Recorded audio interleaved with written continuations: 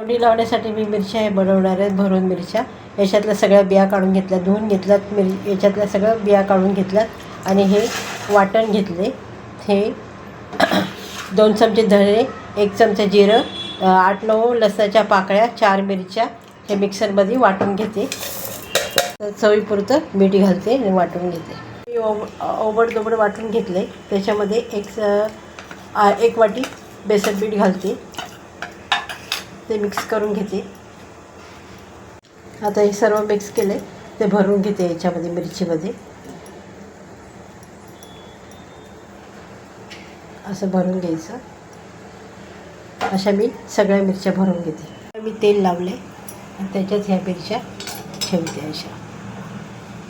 अशा चाळणीत मिरच्या ठेवल्यात. एका भांड्यामध्ये पाणी ठेवले, त्याच्यात स्टँड ठेवले, 1 ग्लास पाणी टाकले, त्याच्यावर स्टँड ठेवले आणि त्याच्यावर ही चाळण ठेवते आणि 10 मिनटं उकळून घेते. आता 10 मिनटं झालेत. उकडल्यात चांगल्या मिरच्या. आता मी काढून घेते आणि थंड करून घेते. गॅसवर मी पॅन ठेवला, त्याच्यात तेल टाकलं, त्याच्यात राई टाकते थोडीशी,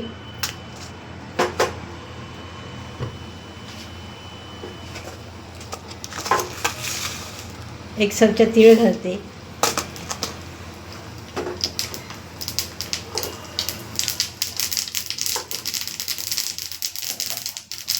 त्याच्यावर ह्या मिरच्या फ्राय करून घेते.